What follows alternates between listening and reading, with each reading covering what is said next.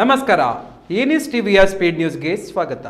ಸಮಸ್ತ ನಾಡಿನ ಜನತೆಗೆ ಹೊಸ ವರ್ಷದ ಹಾರ್ದಿಕ ಶುಭಾಶಯ. ದೇಶ, ರಾಜ್ಯ ಸೇರಿದಂತೆ ಸ್ಥಳೀಯ ವಿದ್ಯಮಾನಗಳ ಪಟಾಪಟ್ ಸುದ್ದಿಗಳು.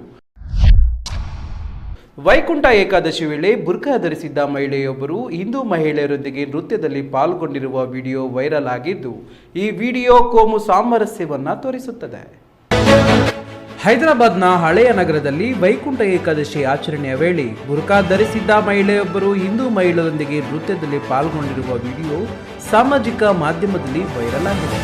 ಈ ವಿಡಿಯೋ ಕೋಮು ಸಾಮರಸ್ಯದ ಸಂಕ್ಷಿಪ್ತ ಪ್ರದರ್ಶನವನ್ನು ತೋರಿಸುತ್ತದೆ. ವಿವಿಧ ಧಾರ್ಮಿಕ ಹಿನ್ನೆಲೆಯ ಜನರು ಒಟ್ಟಾಗಿ ಹಬ್ಬಗಳಲ್ಲಿ ಭಾಗವಹಿಸುತ್ತಿರುವ ಈ ದೃಶ್ಯಕ್ಕೆ ಮಿಶ್ರ ಪ್ರತಿಕ್ರಿಯೆಗಳು ವ್ಯಕ್ತವಾಗಿವೆ. ಪೊಲೀಸ್ ವಾಹನವನ್ನು ದುರುಪಯೋಗಪಡಿಸಿಕೊಂಡು ರಸ್ತೆಯಲ್ಲಿ ರೀಲ್ಗಳನ್ನು ಶೂಟ್ ಮಾಡುತ್ತಿದ್ದ ವಿಡಿಯೋ ವೈರಲ್ ಆದ ನಂತರ ಸಬ್ ಇನ್ಸ್ಪೆಕ್ಟರ್ ಒಬ್ಬರನ್ನ ಅಮಾನತುಗೊಳಿಸಲಾಗಿದೆ. ಜಮ್ಮು ಮತ್ತು ಕಾಶ್ಮೀರದ ಪೂಂಚ್ ಜಿಲ್ಲೆಯಲ್ಲಿ ಸಂಚಾರ ಪೊಲೀಸ್ ಸಬ್ ಇನ್ಸ್ಪೆಕ್ಟರ್ ಗುಲ್ ಶೇರಾಜ್ ಅವರು ಮೊಘಲ್ ರಸ್ತೆಯಲ್ಲಿ ಅಧಿಕೃತ ಪೊಲೀಸ್ ವಾಹನವನ್ನು ದುರುಪಯೋಗಪಡಿಸಿಕೊಂಡು ರೀಲ್ಗಳನ್ನು ಶೂಟ್ ಮಾಡುತ್ತಿರುವ ವಿಡಿಯೋ ವೈರಲ್ ಆದ ನಂತರ ಅವರನ್ನು ಅಮಾನತುಗೊಳಿಸಲಾಗಿದೆ. ಈ ಘಟನೆಯ ನಂತರ ಎಸ್ಐ ಅನಿಲ್ ಕುಮಾರ್ ಅವರನ್ನು ಹೊಸ ಸೆಕ್ಟರ್ ಅಧಿಕಾರಿಯಾಗಿ ನೇಮಿಸಲಾಗಿದೆ. ಶೇರಾಜ್ ಅವರನ್ನು ಗ್ರಾಮೀಣ ಜಮ್ಮುವಿನ ಸಂಚಾರ ಪೊಲೀಸ್ ಲೈನ್ಗೆ ವರದಿ ಮಾಡಲು ನಿರ್ದೇಶಿಸಲಾಗಿದೆ. ದೋಷಪೂರಿತ ಈ ರಿಕ್ಷಾವನ್ನು ಬದಲಿಸಿಕೊಡದ ಹಿನ್ನೆಲೆಯಲ್ಲಿ ಬಜಾಜ್ ಶೋರೂಮ್ ಮುಂದೆ ಈ ರಿಕ್ಷಾಗೆ ಪೆಟ್ರೋಲ್ನಿಂದ ಬೆಂಕಿ ಹಚ್ಚಿ ಆಕ್ರೋಶ ವ್ಯಕ್ತಪಡಿಸಿರುವ ಘಟನೆ ರಾಜಸ್ಥಾನದಲ್ಲಿ ನಡೆದಿದೆ. ಪದೇ ಪದೇ ದೂರು ನೀಡಿದ್ರೂ ದೋಷಪೂರಿತ ಈ ರಿಕ್ಷಾವನ್ನ ಸರಿಪಡಿಸುವ ಅಥವಾ ಬದಲಿಸಿಕೊಡದ ಹಿನ್ನೆಲೆ ರಾಜಸ್ಥಾನದ ಜೋನ್ಪುರದ ಮೋಹನ್ ಸೋಲಂಕಿ ಎಂಬುವರು ಬಜಾಜ್ ಶೋರೂಮ್ ಮುಂದೆ ಈ ರಿಕ್ಷಾಗೆ ಪೆಟ್ರೋಲ್ ಸುರಿದು ಬೆಂಕಿ ಹಚ್ಚಿ ಆಕ್ರೋಶ ವ್ಯಕ್ತಪಡಿಸಿದ್ದಾರೆ. ಈ ಘಟನೆ ವಿಡಿಯೋ ಸಾಮಾಜಿಕ ಜಾಲತಾಣಗಳಲ್ಲಿ ವೈರಲ್ ಆಗಿದೆ. ಶೋರೂಮ್ ಮಾಲೀಕರು ವಾಹನ ಸುಸ್ಥಿತಿಯಲ್ಲಿದೆ, ಗ್ರಾಹಕರು ಹೊಸ ಗಾಡಿ ಬದಲಿಸಲು ಒತ್ತಡ ಹೇರುತ್ತಿದ್ದಾರೆ ಎಂದು ತಿಳಿಸಿದ್ದಾರೆ. ಬಟ್ಟೆ ಅಂಗಡಿಗೆ ನುಗ್ಗಿ ಅಪ್ರಾಪ್ತ ಬಾಲಕಿಯ ಕುತ್ತಿಗೆಗೆ ಚಾಕು ಹಿಡಿದು ಹಣಕ್ಕೆ ಬೇಡಿಕೆ ಇಟ್ಟ ಘಟನೆ ಉತ್ತರ ಪ್ರದೇಶದಲ್ಲಿ ನಡೆದಿದೆ. ಉತ್ತರ ಪ್ರದೇಶದ ಬೀಜರ್ನಲ್ಲಿ ಬುಧವಾರ ಮುಸುಕುಧಾರಿ ವ್ಯಕ್ತಿಯೊಬ್ಬ ಬಟ್ಟೆ ಅಂಗಡಿಗೆ ನುಗ್ಗಿ ಅಪ್ರಾಪ್ತ ಬಾಲಕಿಯ ಕುತ್ತಿಗೆಗೆ ಚಾಕು ಹಿಡಿದು ಹಣಕ್ಕೆ ಬೇಡಿಕೆ ಇಟ್ಟ ಘಟನೆ ನಡೆದಿದೆ. ಸಾರ್ವಜನಿಕರು ಮತ್ತು ಅಂಗಡಿಯವರು ಭೀತಿಗೊಳಗಾಗಿದ್ರು.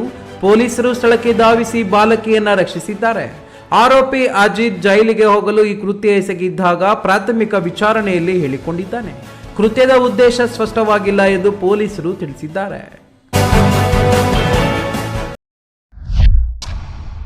6-7 ಕೋತಿಗಳು ಗುಂಪೊಂದು ವಸತಿ ಪ್ರದೇಶದಲ್ಲಿ ಕುಳಿತಿದ್ದ ವೃದ್ಧ ಮಹಿಳೆ ಮೇಲೆ ದಾಳಿ ಮಾಡಿ ಕಚ್ಚಿ ಗಾಯಗೊಳಿಸಿರುವ ಘಟನೆ ಹರಿಯಾಣದಲ್ಲಿ ನಡೆದಿದೆ.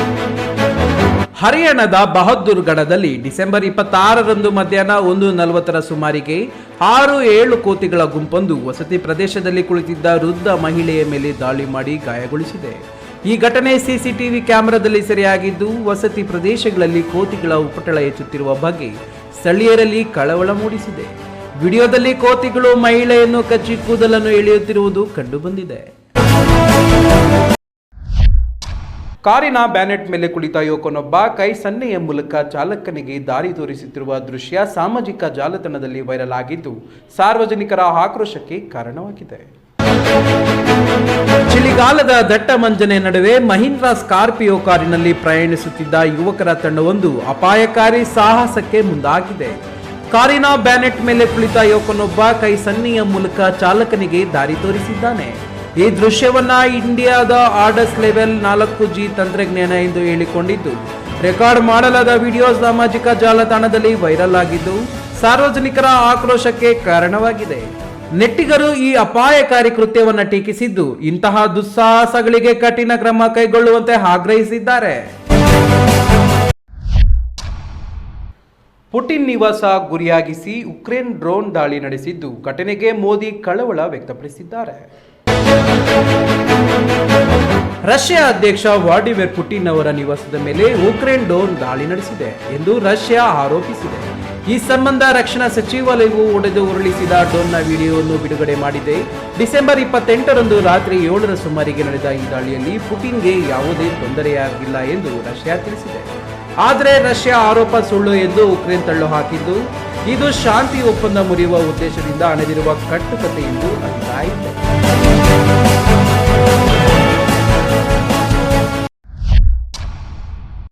ಸಮಾನತೆ ಮತ್ತು ಸ್ವಾಭಿಮಾನದ ಅಮರ ಸಂಕೇತವೇ ಕೊರೆಂಗಾವ್ ಯುದ್ಧ ಎಂದು ವಕೀಲ ಸಿದ್ಧಾರ್ಥ ಹೇಳಿದರು.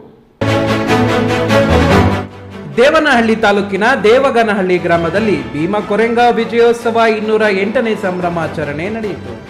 ಸಮಾನತೆ ಮತ್ತು ಸ್ವಾಭಿಮಾನದ ಅಮರ ಸಂಕೇತವೇ ಕೊರೆಂಗಾವ್ ಯುದ್ಧ ಎಂದು ವಕೀಲ ಸಿದ್ಧಾರ್ಥ ಹೇಳಿದ್ದು. ಡಾಕ್ಟರ್ BR ಅಂಬೇಡ್ಕರ್ ಅವರು ಕೊರೆಂಗಾವ್ ಯುದ್ಧದ ಇತಿಹಾಸವನ್ನು ಜನತೆಗೆ ಪರಿಚಯಿಸಿದ್ದಾರೆ ಎಂದು ತಿಳಿಸಿದರು. ಕಾರ್ಯಕ್ರಮದಲ್ಲಿ DSS ಬುದ್ಧ ವಿವಾಹರ ಟ್ರಸ್ಟ್ನ ಹಾಗೂ ಸಮತಾ ಸೈನಿಕ ದಳದ ಮುಖಂಡರು ಭಾಗವಹಿಸಿದ್ದರು.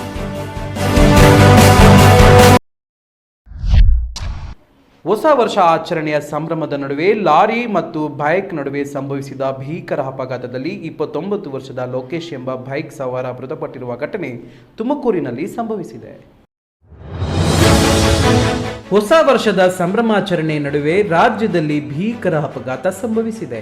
ತುಮಕೂರಿನ ಬುಡಗನಹಳ್ಳಿ ಬಳಿ ಹೊಸ ವರ್ಷಾಚರಣೆಯ ಸಂಭ್ರಮದ ನಡುವೆ ಲಾರಿ ಮತ್ತು ಬೈಕ್ ಡಿಕ್ಕಿ ಸಂಭವಿಸಿದ ಭೀಕರ ಅಪಘಾತದಲ್ಲಿ 21 ವರ್ಷದ ಲೋಕೇಶ್ ಎಂಬ ಬೈಕ್ ಸವಾರ ಮೃತಪಟ್ಟಿದ್ದಾನೆ. ಈ ದುರ್ಘಟನೆಗೆ ಬುಡಗನಹಳ್ಳಿ ಬಳಿಯ ಮನೆಯಿಂದ ತುಮಕೂರು ನಗರದ ಕಡೆ ಬರುವಾಗ ಸಂಭವಿಸಿದೆ. ಬೆಳ್ಳಾವಿ ಠಾಣೆ ಪೊಲೀಸರು ಸ್ಥಳಕ್ಕೆ ಭೇಟಿ ನೀಡಿ ಪರಿಶೀಲನೆ ನಡೆಸಿದ್ದಾರೆ. ಪ್ರಧಾನಿ ಮೋದಿ ಹೊಸ ವರ್ಷದ ಶುಭಾಶಯ ಕೋರಿದ್ದಾರೆ. ದೇಶದಲ್ಲಿ ಶಾಂತಿ ಮತ್ತು ಆರೋಗ್ಯ ಮತ್ತು ಸಮೃದ್ಧಿ ನೆಲೆಸಲಿ ಎಂದು ಪ್ರಾರ್ಥಿಸಿದ್ದಾರೆ. ಜನವರಿ 1, 2026ರಂದು ಪ್ರಧಾನಿ ನರೇಂದ್ರ ಮೋದಿ ದೇಶ ಹಾಗೂ ವಿಶ್ವದ ಜನತೆಗೆ ಹೊಸ ವರ್ಷದ ಶುಭಾಶಯ ಕೋರಿದ್ದಾರೆ. ದೇಶದಲ್ಲಿ ಶಾಂತಿ ಮತ್ತು ಆರೋಗ್ಯ ಮತ್ತು ಸಮೃದ್ಧಿ ನೆಲೆಸಲಿ ಎಂದು ಶುಭ ಹಾರೈಸಿದ ಅವರು ಜನರು ತಮ್ಮ ವೈಯಕ್ತಿಕ ಮತ್ತು ವೃತ್ತಿಪರ ಜೀವನದಲ್ಲಿ ಯಶಸ್ಸು ಸಾಧಿಸಲಿ ಎಂದು ಹಾರೈಸಿದ್ದಾರೆ.